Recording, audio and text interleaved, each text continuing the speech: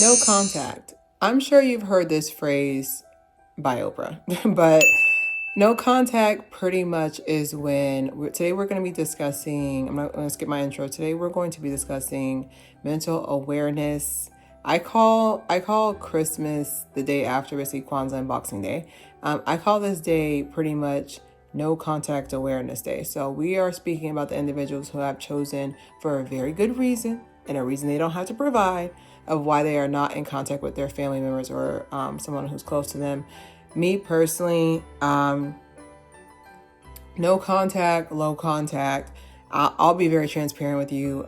I love going no contact because of the relief that it feels. I feel like as well that with going no contact, people think no contact is, okay, well, I'm mad at you, I'm going to talk to you tomorrow. Like, no contact is not a word, nothing. Like you're not saying anything to this person, no happy birthday, no anything at all. And I feel like back in the day, we would just say, oh, I don't mess with them like that. It would just say that would be that would be what we would say. But now we have an actual word for it, no contact. And that also is generational as well. So I feel like with millennials, I definitely feel like if they had like a level of who goes no contact, I would definitely say millennials are leading the way as per usual. Let me stop. But we're leading the way, and then Gen Z's following right under us with no contact. But the thing about no contact is that you also have to, it's like no offense, but it's like a virus. Like you have to cut everybody else off as well. So I've had several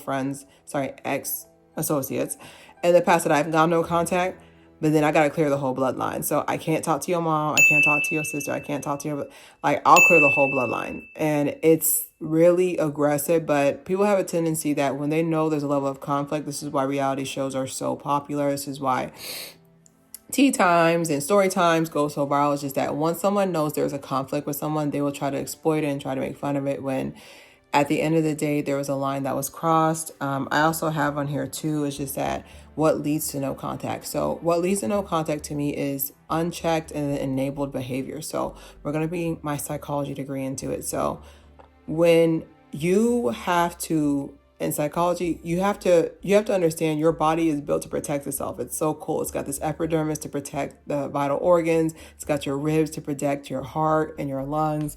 And it's just, to me, I feel like people don't understand that psychologically you are also, that's where self-defense mechanisms you'll have it where people, they feel like they're not good looking enough. So they'll try to do denigrating, like they'll basically, okay, before you make fun of me, I'm going to make fun of myself. So they also have that aspect as well. So with no contact, this has caused me, basically, when it comes to trauma, just really quickly, when it comes to trauma, your brain forms, and also your body keeps score, because as soon as you get rid of the trauma, you get rid of the weight, you get rid of the acne. But the way trauma is built is just that, let's just say there is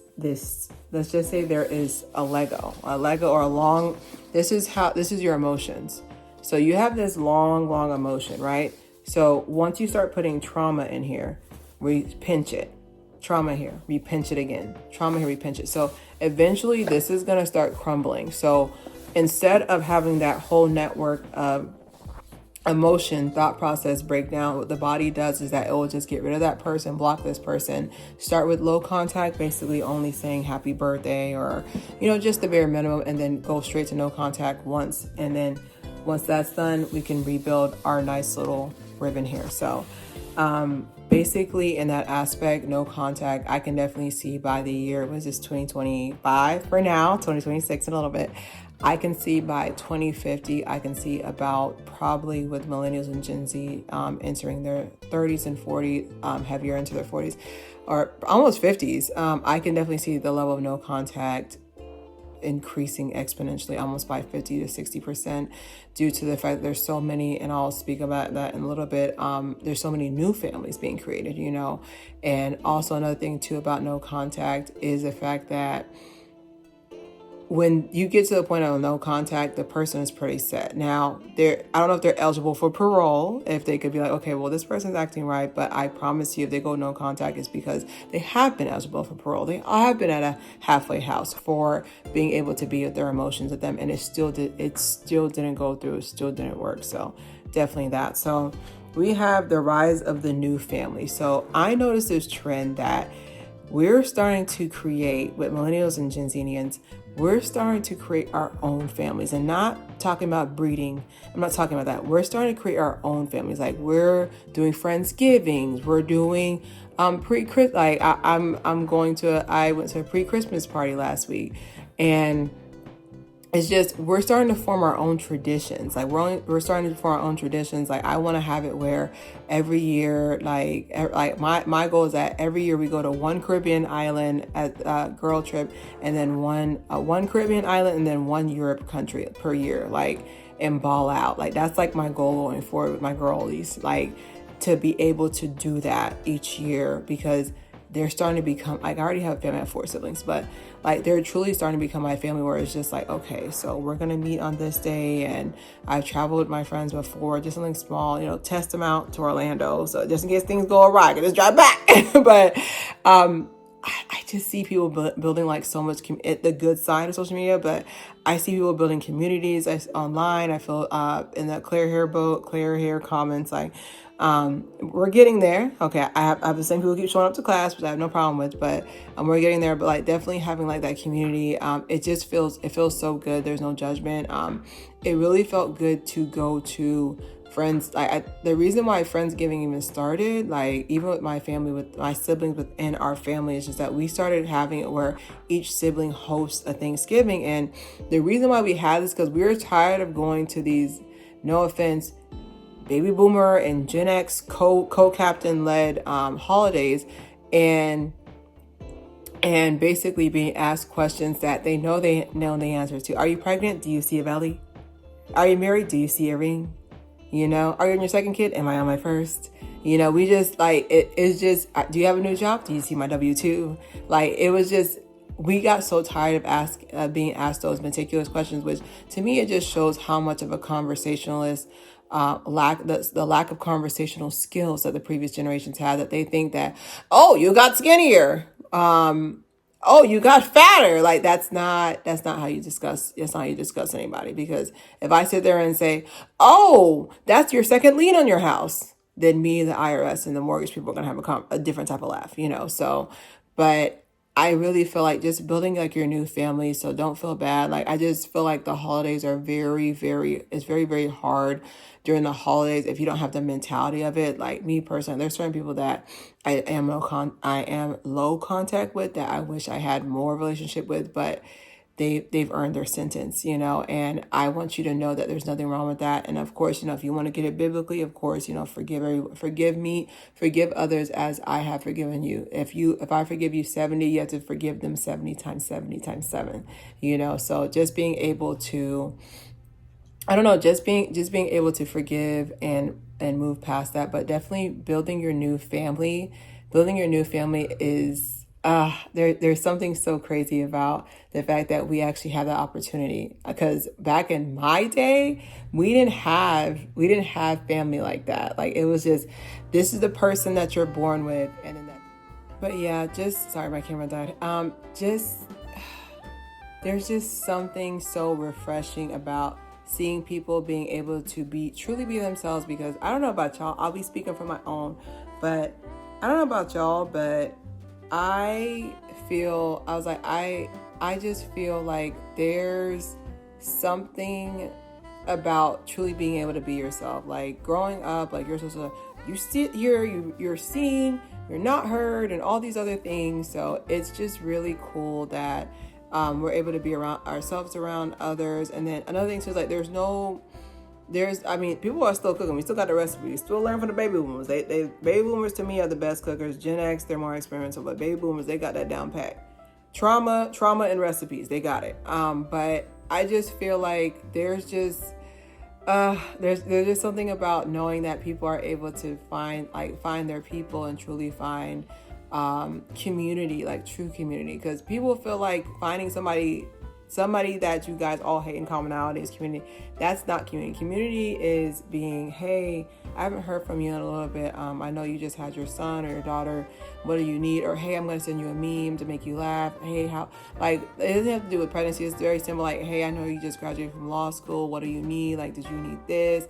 Hey, I'll give you money. Like, just truly being able to be a community, truly being able to be there for that person. Like, that's, it's so beautiful to me. All right, so we're going to wrap up the video. The reason why I'm whispering is because you need to go to bed. So we're going to be talking about this next week about just things that I will be doing in 2026. I'm so excited because I want you to join me.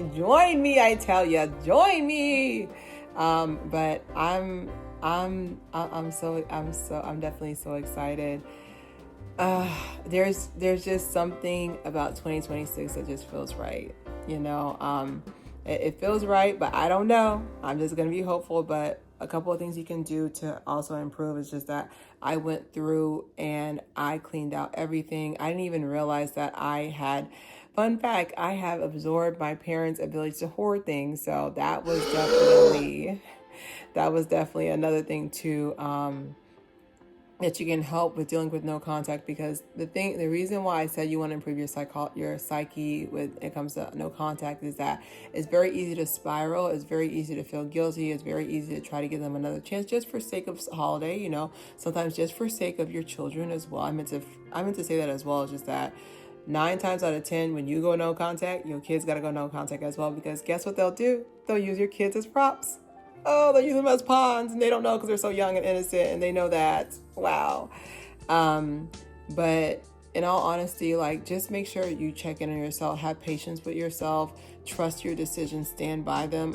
That's the one thing I can say too about when people who go no contact, like, there's no passion behind it. There's almost a sarcasm behind it, because like, this is the no-brainer. Of course I would get rid of this person, but there's no passion behind it. I remember I had to cut off a friendship, very toxic, very, very dangerous as well. You know, there's a lot of pushback there about when I ended the friendship. Yeah, we'll leave it at that.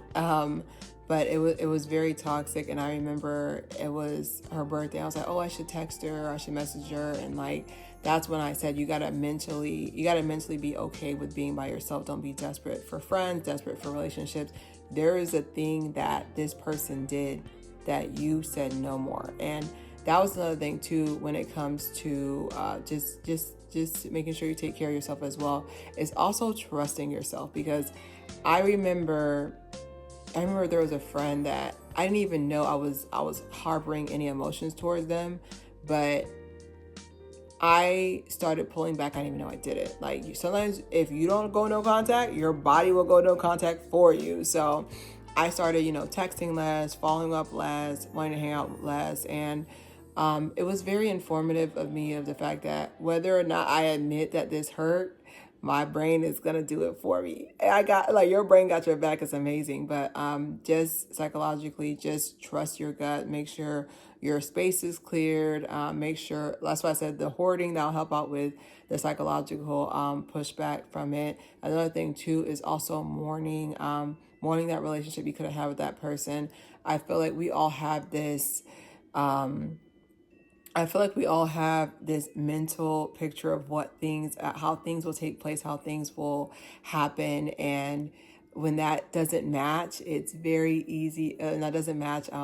It's very easy to get stuck in that routine, very easy to slide back, because you're just like, well, I imagine this person at my graduation. I imagine this person going to me to Honolulu. I imagine this person, I imagine, I don't know, going brunch to this person every Sunday or Saturday or whatever. But it's just, to me, I just feel like, I don't know, there's such a brightness in my spirit, and the fact that knowing I don't have to deal with this anymore. To me, the emotional labor as well, just one more before we wrap it up, the emotional labor as well that I would say that hurt the most is that you're doing all this labor and they don't remember anything. They have convenient amnesia.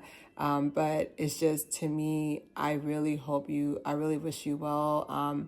It's still Christmas. Okay, so it's still Christmas to the trees. Okay, well, I'll take my tree down J1. I'll try that this year. But It's still Christmas. It's still